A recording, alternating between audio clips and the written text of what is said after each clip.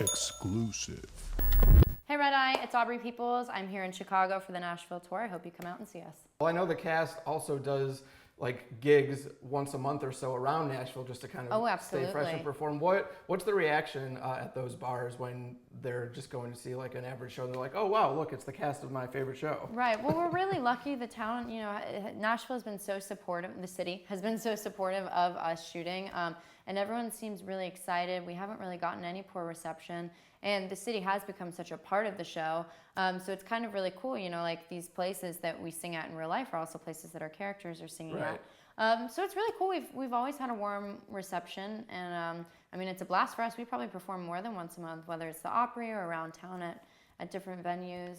In those settings, how much do people kind of expect you to be your TV character because they're seeing you in the world of the show? I don't know. I hope they don't expect me to be Layla because she's not always very nice. But yeah, I don't know how much they expect us to be our character, but regardless, they seem to enjoy it. And it's a really good opportunity for us to be, ourselves as well and get our own music out there. You've said that it's fun to fight with people in general, so you kind of like the conflict on the show. What's the first time you remember being aware of enjoying that interaction with someone, being argumentative? Would your family say this about you too? Oh gosh, probably. I did debate growing up, so I'm a pain. But I don't know.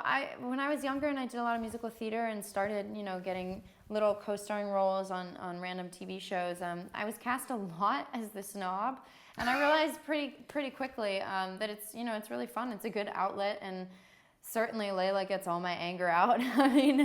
She gets all my self-destruction out and all of my negativity, so I can have a pretty normal life outside of her. What would you say was your kind of trademark when you were doing debate when you were younger? What did were people like afraid of you when you showed up? No, well, it kind of depends. So basically, the first year I did debate, we all had to do every single event.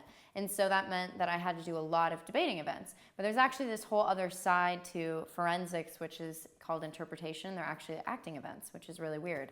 And people don't realize that. But so I started out doing debate. I learned all of that. And I had to write speeches and stuff and be really combative with people in class and in tournaments. And then I, pretty quickly switched to interpretation because, I love acting and whatnot. And I did win a lot locally.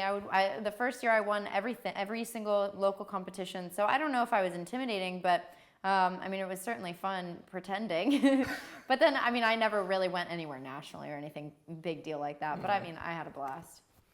Can you think of like the most fired up that you ever got in that situation? Oh gosh, so much. It's very competitive. I stopped doing it after 3 years because it was too stressful. But it's really fun. Is Jeff Ford misunderstood or just a total dick? Both.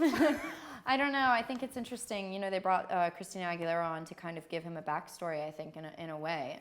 Plus she's Christina Aguilera, but her character kind of offered a look into his vulnerable side. And same with Layla. It's really interesting. You have these two characters who, they're not evil, but they do evil things in a way. And then you put them together and they fall for each other, and then it makes them vulnerable. So I think the audience, in a way, has kind of become to root for us, which is really weird because we're very manipulative and we're kind of the villains of the show. But yet people, I think, like us and empathize with us in a weird way. I've definitely come to root for you. I don't know if I'm rooting for Jeff as much. Not yet, yeah. Well, good.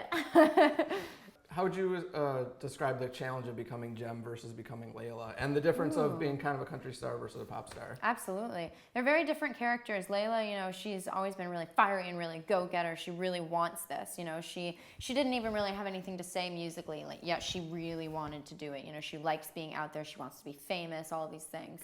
But Jerrica/Jem doesn't want any of that. She is very quiet. She doesn't even like being on home videos. She's very much the caregiver to the family and to her sisters. She's always had to take care of them because they don't have a mom, they don't have a dad anymore. So she's very much wants to stay out of the spotlight, and it's kind of been thrust upon her. So they deal with it very differently, obviously. And funnily enough, Jerrica/Jem deals with it a lot better than Layla does, I think. Layla, I think, is learning a lot along the way.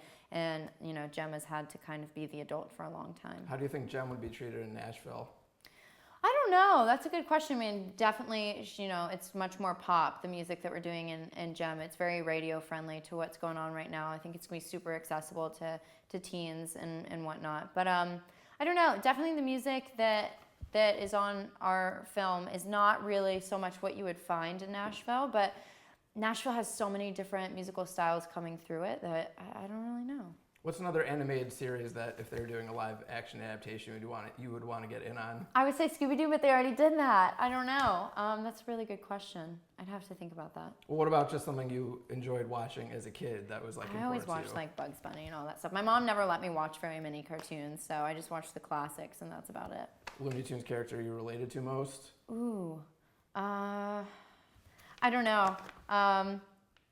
What's the cat's name with the bird? Tweety Bird and Sylvester. I liked Sylvester. Why do you like Sylvester? I don't know. He's manipulative, and maybe I relate to that as Layla. I don't know. I just thought it was a deep character for a cartoon. You know, he's always trying to kill this bird. Yeah, interesting to go after one of the villains. I feel like. I don't know. I like the villains.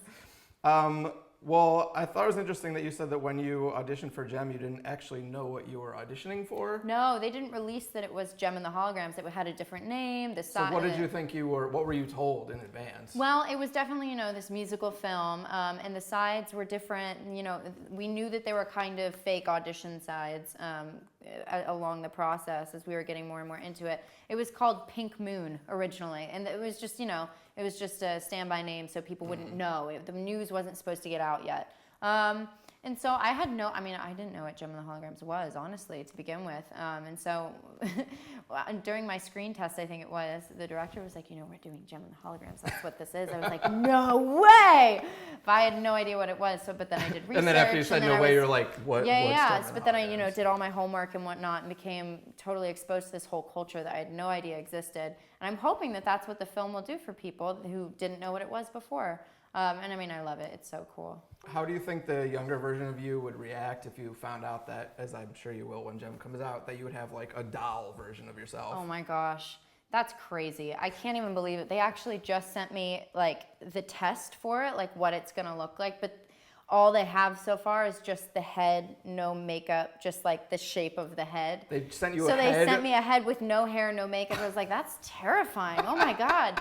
But it's still pretty crazy as a concept. I can't believe it. I certainly wouldn't have believed it. And I was never into dolls really either. So I bought them. I was always asking for them because all the other kids had them and I would just never play with them. So it's kind of funny. Did you keep the head somewhere? I don't know. I don't know if I still have any of the Barbie heads. I never destroyed them. I was never that creepy as a child. I never killed the dolls or took them apart. Well, you didn't put the test head for Jem on your mantle or something? No. I don't have it. They just sent me pictures of it. Oh, okay. Yeah. I would totally keep that, That's slightly less disturbing, I suppose. I wonder if I could get a hold of one now that you mentioned. You're just going to get a giant box of your own head, which is so weird. It was very bizarre. I was like, that's what I look like with no eyes and no mouth, just like these sockets. You're obviously brilliant, deferring Harvard, very talented already. We can see. What's something you've never been good at? Oh gosh, drawing, anything involving balance. I'm very clumsy. I was a dancer for a long time, but I was always the worst kid in class, except for tap dancing. I still retain that. But ballet, forget it. I still try and get back into it every now and then just for fun and exercise, and I'm so bad at it. Could you showcase your tap abilities just so we know that you're telling the truth here? I could. I don't know if it would work in these shoes. It's a hard Do you want me to try? Sure, yeah. Let's see. Okay, I don't know if it would work in these shoes.